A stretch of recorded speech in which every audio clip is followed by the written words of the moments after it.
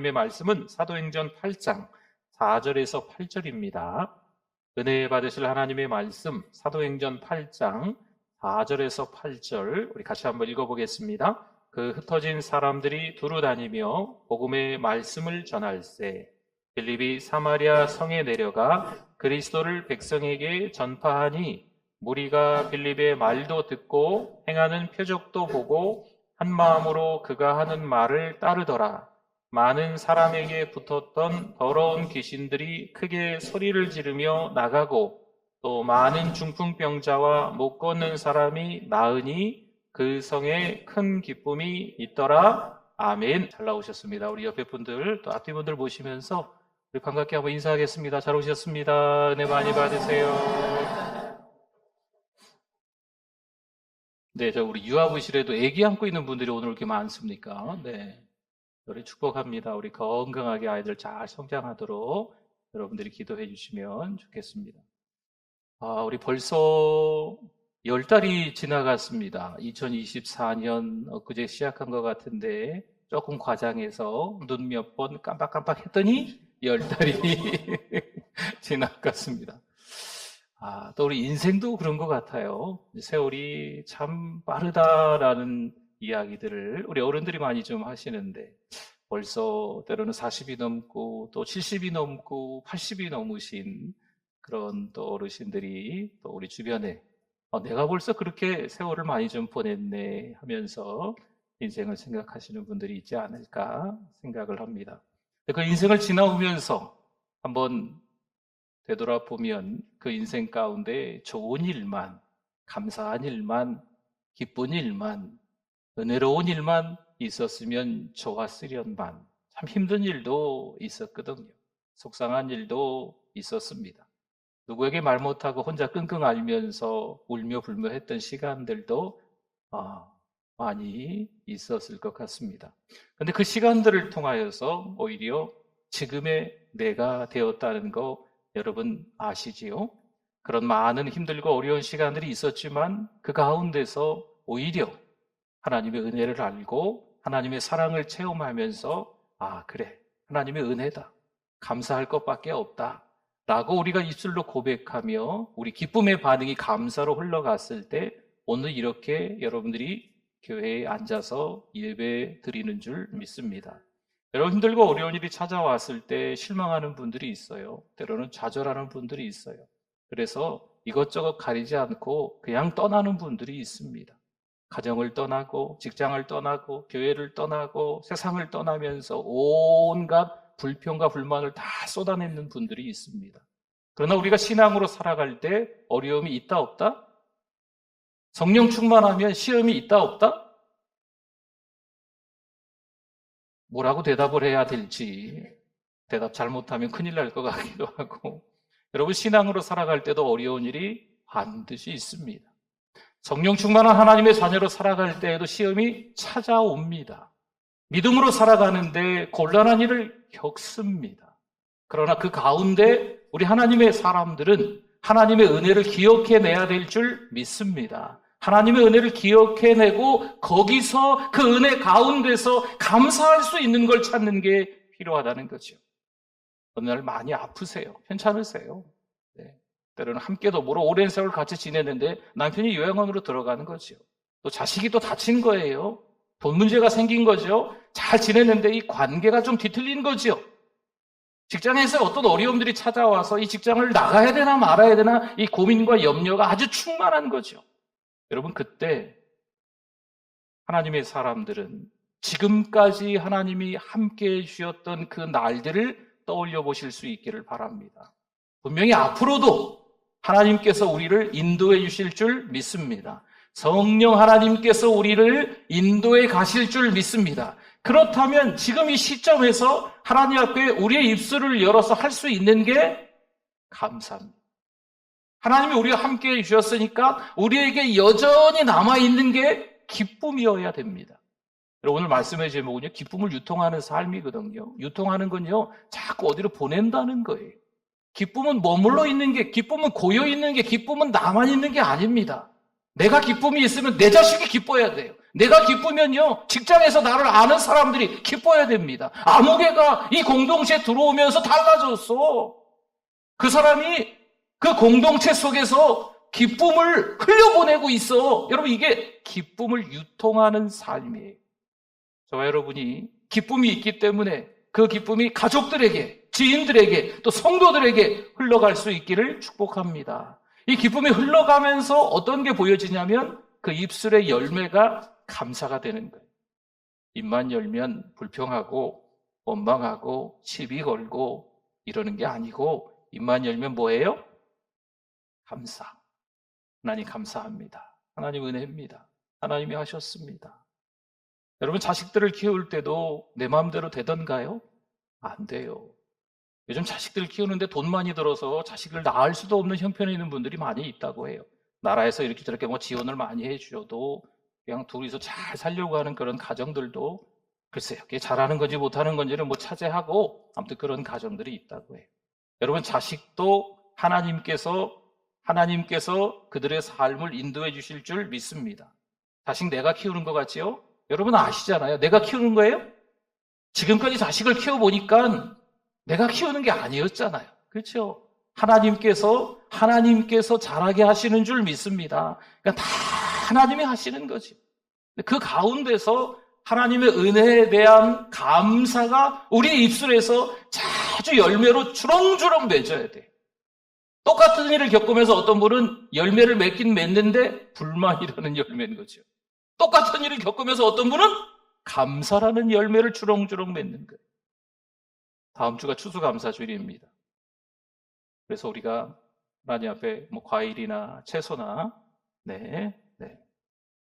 즉석식품이나 건조식품이나 또 한 해 동안 지금까지 우리가 인생을 살면서 감사한 것들이 많으니까 하나님 앞에 강단으로 가져오시라는 거죠. 그리고 이걸 제가 먹는 게 아니에요. 네. 이제 어려운 가정들에게 또 외부에 또 우리 교회 내에서도 조용히 또 이렇게 좀 흘러갈 수 있도록 또 하는 거죠. 하나님의 은혜가 너무 감사하니까 그 은혜를 좀 표현을 하는 거예요. 그리고 그 감사가, 그 기쁨이 계속 흘러갈 수 있도록 하자는 거죠. 여러분, 모든 건요, 하나님 베풀어 주신 은혜고 감사인 줄 믿습니다. 신명기 16장 15절 말씀에 보니까 이렇게 말씀이 나와요. 내 하나님 여호와께서 내 모든 소출과 내 손으로 행한 모든 일에 뭘 주세요?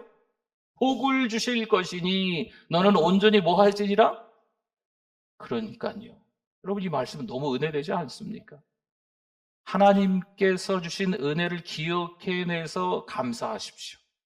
하나님이 주신 복인 줄 믿습니다. 편찮으셨었어도 그래도 지금 감사해야 돼요.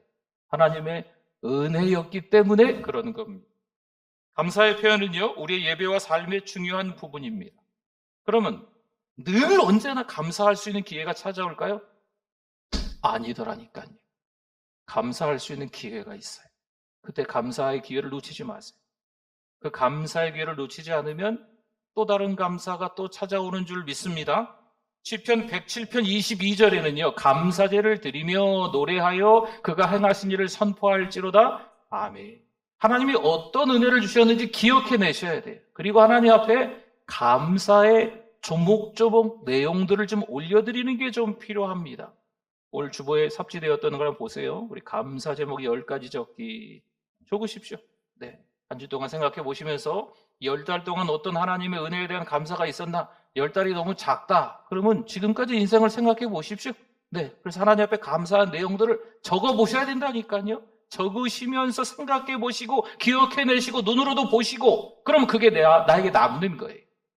아, 내가 미처 생각하지 못했던 감사가 있었네 라는 것을 깨닫는 거죠.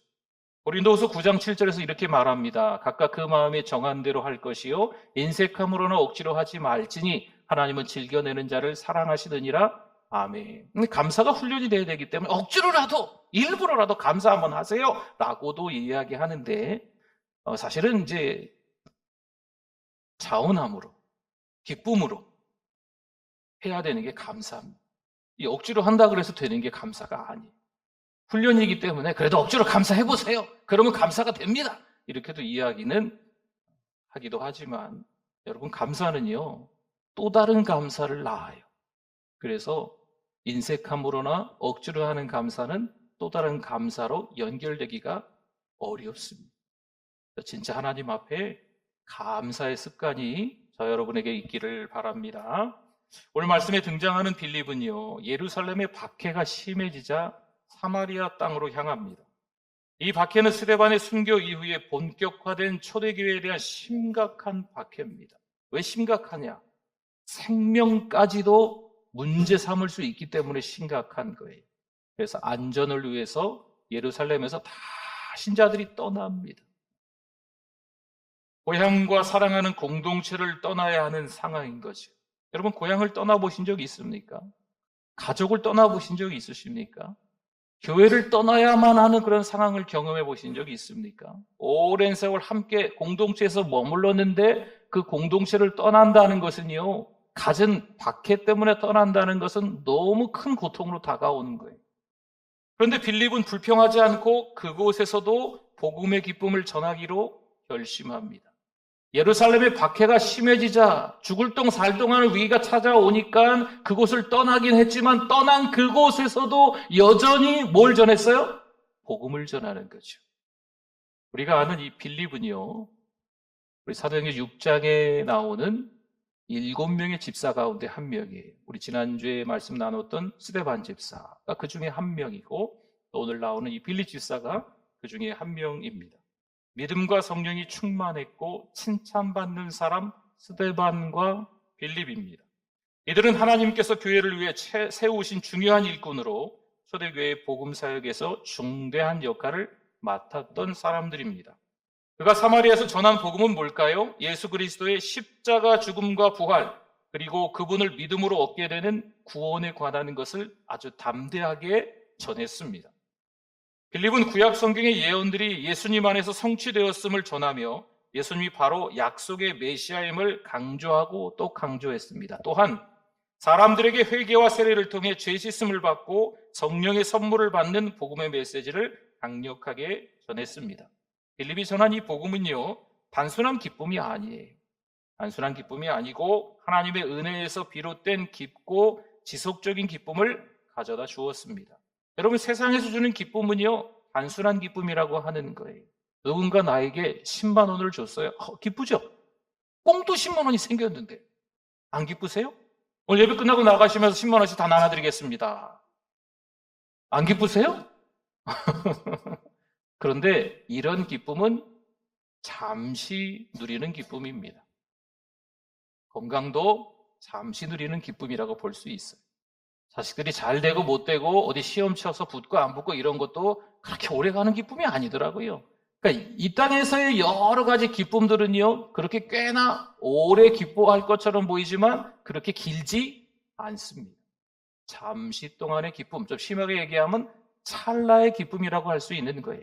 그리고 오늘 이 빌립이 전하는 복음은요, 그런 잠시 동안의 단순한 기쁨일까요? 그렇지 않다는 거죠. 여기서 말하는 기쁨은요, 지속적인 기쁨입니다. 세상에서 누리는 기쁨은 이 물 수심으로 얘기하면 이 수심이 얕아요. 그런데 빌립이 전한 복음의 기쁨은 수심이 깊습니다. 깊은 곳에서 그 우물에서 물을 끌어올리는 것처럼 깊이가 있는 기쁨인 겁니다. 세상에서 말하는 기쁨은요, 왜 깊이가 얕냐면 다른 일 생기면 그 기쁨이 덮어지니까 오래 못 간다는 거죠. 그러나 복음의 기쁨은요, 깊이가 있어요. 그 어떤 일이 닥쳐도 그 안에서 하나님의 은혜와 사랑을 경험하는 줄 믿습니다. 여러분, 그 기쁨은요, 어떤 상황과 형편에서도 어려움 가운데서도 여전히 감사로 반응할 수 있는 기쁨인 겁니다. 빌립이 보여준 이 감사는요, 어려운 상황 속에서 우리의 삶에 큰 도전이 됩니다. 성경에서 이런 기쁨을 누린 사람이 누가 있을까 이렇게 좀 말씀을 묵상하면서 찾아보다가 우리가 잘 아는 인물 요셉이 떠올랐어요. 여러분, 요셉은요 17세가 지나자 구덩이에 던져집니다. 누가요? 누가? 자기 형들이, 이복 형들이라고 어쨌든 자기 형들이잖아요. 구덩이에 던져서 가까스로 또 살아나왔죠. 근데 또 형들이 또 장사꾼에게 팝니다. 장사꾼의 판봉 끝인가요? 어디 또 가정에 들어가서 또 열심히 가정에서 일하는데 또 오해와 누명으로 또 감옥에 갇힙니다. 여러분, 힘들고 어려운 일이 있으면요, 아, 하나님의 은혜가 있었지 예전에. 뭐 생각할 만한, 기억할 만한 시간이 있어야 되는데 요셉은 그럴 시간을 하나님이 안 주시더구만요. 구덩이에 던져지고 팔려가고 오해와 누명으로 감옥에 갇히고 뭐 짧은 시간이 바로바로 이렇게 연결되는 것처럼 그 시간들이 아주 끔찍할 정도로 계속 그 고통이 이어지는 모습들이 있는 것을 볼 수 있어요. 그러면 요셉이 그 언제 그 틈을 봐서 하나님의 은혜였어, 하나님의 사랑이었어, 하나님의 나를 이곳으로 인도하셨네, 이런 고백들을 할 수 있었을까요? 앞으로에 대한 하나님께서 나를 통해서 하실 일, 그것을 요셉이 집중했던 것 같아요. 왜 그렇게 말할 수 있냐면 형들을 다시 만났을 때가 있었어요. 그런데 그들을 원망하기보다는 하나님의 선하신 뜻을 깨닫고 이렇게 이야기합니다. 당신들은 나를 해하려 하였으나 하나님은 그것을 뭘로 바꾸셨어요? 선으로 바꾸사 오늘과 같이 많은 백성의 생명을 구원하게 하셨나이다. 아멘. 창세기 45장에도 이런 말씀이 나오고 50장에도 나옵니다. 요셉의 삶은 끊임없이 고난의 연속이었지만 하나님은 요셉을 통해서 일하실 계획이 있으셨는 줄 믿습니다. 근데 요셉이 그 은혜를 앞으로 하나님이 어떻게 나를 사용하실지에 대한 기대감이 있었다는 거예요. 보이지 않았지만 깝깝하고 답답했지만 지난 세월들 속에서 하나님의 은혜입니다 고백할 만한 시간적 여유가 요셉의 삶은 없었던 것처럼 보이지만 앞으로 하나님의 은혜를 기억해낼 수 있는 그런 신앙이었다는 거죠. 참 멋지지 않습니까? 어려움 가운데서 하나님 앞에 감사하며 기쁨을 잃지 않음을 잘 보여주고 있는 겁니다. 6절과 7절 한번 볼까요? 무리가 빌립의 말도 듣고 행하는 표적도 보고 한 마음으로 그가 하는 말을 따르더라. 많은 사람에게 붙었던 더러운 귀신들이 크게 소리를 지르며 나가고 또 많은 중풍병자와 못 걷는 사람이 나으니 아멘. 빌립이 전하는 복음의 말씀이 성령의 능력으로 나타나면서 많은 사람들이 치유되는 거죠. 그리고 많은 사람들이 회복되는 역사를 경험한 줄 믿습니다. 성령의 역사 속에서 사람들은 단순한 즐거움을 넘어서는 거예요. 여러분, 단순한 즐거움은 세상에서 누리는 즐거움인 거죠. 그냥 몸이 좀 낫네, 감기가 낫네, 뭐 육신의 질병이 고쳐졌네, 돈이 좀 생겼네, 이런 거는 그 기쁨이, 그 감사가 오래 갈 것처럼 보이지만 그건 단순하게 짧은 기쁨이라는 거예요. 그냥 몸만 나았다는 것으로만 끝난 게 아닙니다. 그래서 빌립이 말하는 나으니 많은 사람들이 회복했다라고 하는 것은요, 누구를 만나고 난 이후에? 예수님을 만나고 난 이후에 이 구원의 기쁨을 경험하고 난 이후에 나았다라고 하는 거죠. 에베소서 5장 18절에서 20절 말씀에 노란 부분만 보면요, 오직 성령으로 충만함을 받으라. 20절에 보니까 항상 아버지 하나님께 뭐하며? 감사하며. 여러분, 힘들고 어려운 일상이 있었을 때 늘 감사할 수 있을 것 같지요? 아닙니다. 힘드니까요, 원망이 나오더구만요. 제 얘기입니다. 힘드니까 속상하더군요. 하나님만 바라고 부지런히 살아간 것 같은데 어려운 일이 몇 겹이 다가오는 거예요. 목사인 제 입술에서 원망과 불평이 나와요. 여러분은 안 그러세요? 힘들고 어려운 일이 있으면 그냥 무조건 아이고 감사합니다. 하나님이 날 사랑하시니까 이렇게 힘든 일을 주셨군요. 할렐루야 감사합니다. 이렇게 뭐 자동으로 막 나오시던가요? 여러분, 이게 과정이 있는 것 같아요. 과정. 힘들고 어려운 일이 있었을 때 때로는 우리 입술에서 원망과 불평이 나올 수도 있지만 하나님께서는 여전히 하나님의 사람들 그냥 내버려 두지 않으세요. 원망과 불평으로 점철되어 그렇게 살아가는 인생으로 내버려 두지 않으시고 성령 하나님께서 우리의 입술을 바꾸십니다. 내 안에 성령께서 역사하셔서 성령 하나님께 기도하게 만드시는 거죠. 성령 충만을 위해서 간구하게 만드시는 거예요. 어느새 이 불평과 원망의 입술이 무슨 입술로 바뀌어요? 감사의 입술로 바뀌는 거예요.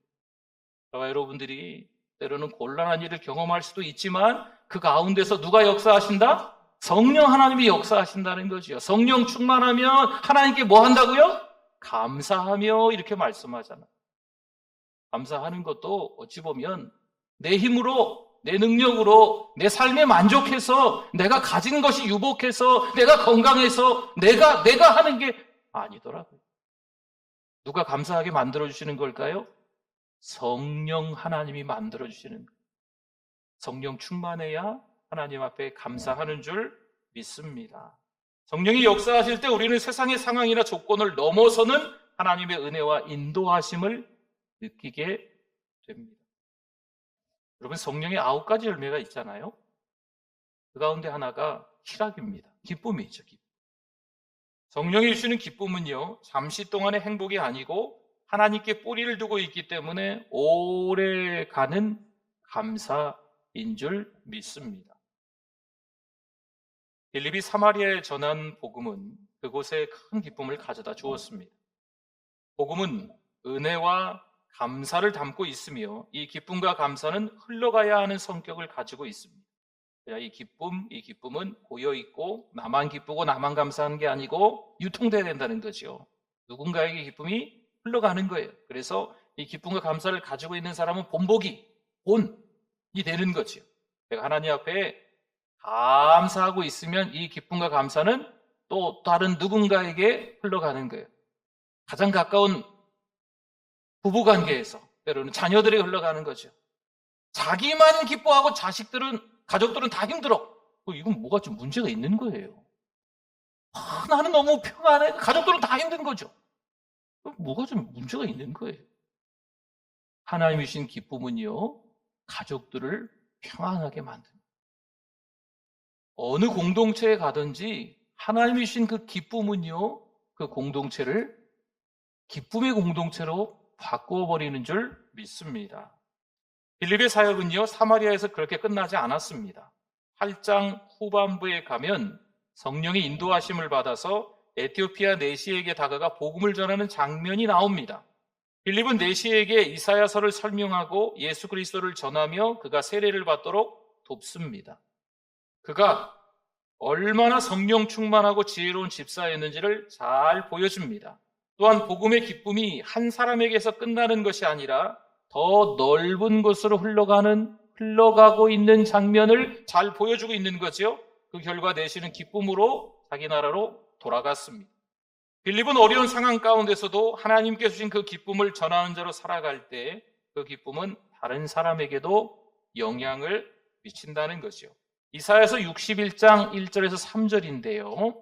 노란 부분만 한번 보면 나를 보내사 마음이 상한 자를 고치며, 또 우리 3절에 보니까 기쁨의 기름으로 그 슬픔을 대신하며, 아멘. 이사야 선지자가 전하는 기쁨의 소식처럼 우리의 기쁨과 감사는 누군가의 슬픔을 뭘로 변화시킬 수 있어요? 기쁨으로 변화시킬 수 있는 거죠. 억지의 기쁨이 아니고 하나님이 주신 그 기쁨으로 또 누군가에게 그 슬픔이, 그 상처가, 아픔이 기쁨으로 바뀔 수 있게 만들어주는 줄 믿습니다.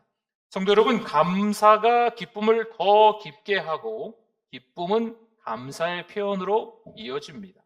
감사는 우리가 받은 은혜에 대한 반응이며 하나님과 더 가까워지게 하는 통로입니다. 8절을 한번 볼까요? 그 성에 뭐가 있어요? 큰 기쁨이 있더라. 아멘. 사마리아 성에 임했던 큰 기쁨은 사람들이 하나님의 은혜에 대한 깊은 감사로 반응했기 때문입니다.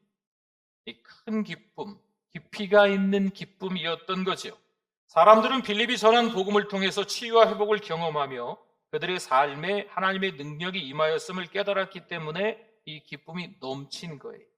기쁨이 그냥 조금 야트막하게 있는 걸 큰 기쁨이라고 표현하지 않습니다. 기쁨이 깊이가 있는 거예요. 또 이렇게 설명해 볼까요? 그릇이 있으면 그릇 안에 조금 들어있는 기쁨이 충만하다, 기쁨이 가득하다, 큰 기쁨이다라고 얘기하는 게 아닙니다. 그 그릇 안에 기쁨이 어떻게 있을까요? 가득 차 있는 거죠. 넘치는 거죠. 넉넉한 거예요. 충만한 거예요. 이게 큰 기쁨이라고 하는 거지요. 그 사마리아 성에 많은 사람들이 뭐 때문에 그렇게 기쁨이 있었을까요? 10만 원 받았으니까? 갑자기 감기가 났으니까? 아들이 대학에 붙었으니까? 취업했으니까? 그래서 큰 기쁨이 있었더라? 라고 하는 게 아니에요. 물론 지금 드린 이 내용들도 기쁨이긴 하지만 이 기쁨은 깊이가 깊지 않습니다. 왜냐하면 다른 어려움들이 찾아왔을 때 이 기쁨이 덮일 수가 있기 때문에 그래요. 금방 바뀔 수 있거든요. 지금 이 사마리아 성에서 나오는 큰 기쁨은요, 깊이가 있어요. 깊이가 있어요. 넉넉하게 흘러넘치는 기쁨이에요. 이 기쁨은 무슨 기쁨일까요? 복음의 기쁨인 줄 믿습니다. 감사 주일에 우리는 하나님께 받은 은혜에 대한 감사의 마음을 담아 표현할 것입니다. 이러한 감사의 고백은 우리 가정과 공동체의 기쁨의 열매로 맺히게 될 것입니다.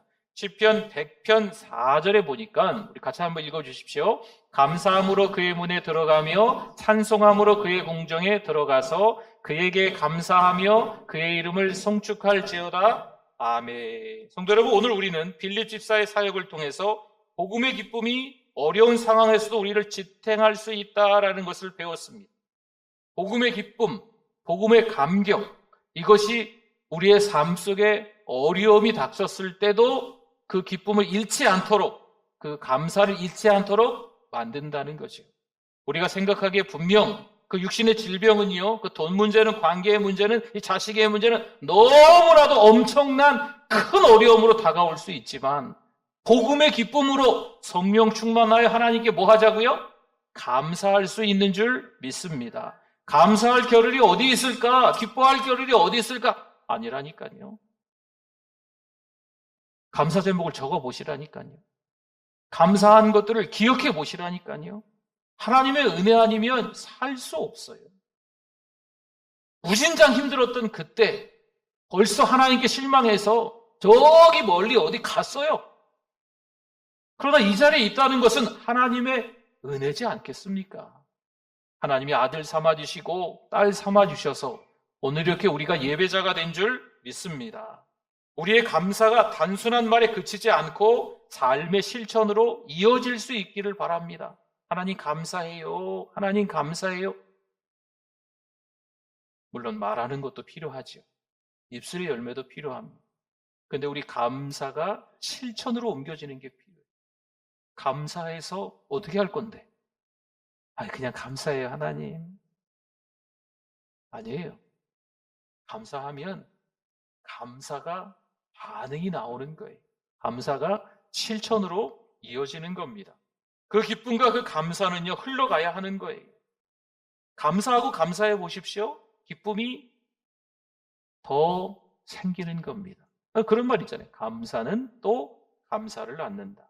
억지의 감사는 또 감사를 낳을까요? 아니더라고요. 진짜 감사, 진정한 기쁨은요, 또 기쁨, 또 감사로 흘러가게 되는 줄 믿습니다. 우리가 하나님 앞에 감사하면요, 그 감사는요, 유통되는 거예요. 주변 분들이 함께 더 감사하게 만들어가는 줄 믿습니다. 내 주변엔 그렇게 불평하고 원망하는 사람밖에 없어. 잘 생각해 보셔야 돼요. 내 주변이라고 하셨잖아요. 그러면 내가 하나님 앞에 지금 기뻐하고 있는가, 감사하고 있는가 생각해 보셔야 돼요. 내 주변에는 얼마나 기뻐하고 감사하는 사람이 많은가 몰라. 그래요, 맞아요. 성령 충만하여서 하나님께 감사하는 하나님의 자녀 주변에는요, 감사하는 사람들이, 기뻐하는 사람들이 많습니다. 오늘을 살아가는 우리가 이 세상에서 여러 가지 많은 일들을 겪으면서 힘드시겠지만 이번 감사주일을 맞이하면서 다시 한번 하나님 앞에 감사의 습관이 있기를 바랍니다. 여러분, 이 감사의 습관은 영적 습관이에요. 마치 성경을 읽고 기도하고 찬송하고 복음을 전하는 것처럼 이 감사도 영적 습관입니다.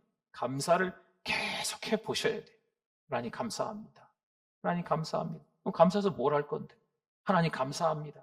감사의 실천으로까지 연결되는 게 필요해요. 나만 감사하는 게 아니고 누가 감사해야 된다고요? 가족들이. 나만 감사하는 게 아니고 교회 성도들이 감사해야죠. 나만 감사하는 게 아니고 직장에서 어떤 공동체 감사해야죠. 나만 감사하는 게 아니고 내 주변에 있는 지인들이 함께 더불어 내가 감사의 실천으로 그 사람들도 감사할 수 있는 거죠. 여러분, 이게 기쁨을 유통하는 삶, 감사를 유통하는 삶입니다. 우리가 한 주간 동안 그렇게 살아가실 수 있기를 바랍니다. 아멘. 우리 말씀을 생각하면서 우리 주여 한번 부르시고 기도합니다. 주여, 하나님 아버지 감사합니다. 근데 감사하지 못한 삶을 살았습니다. 원망하고 불평했습니다. 하나님 왜 납니까? 라고 했던 우리를 용서하여 주시옵소서. 감사하게 하여 주시옵소서.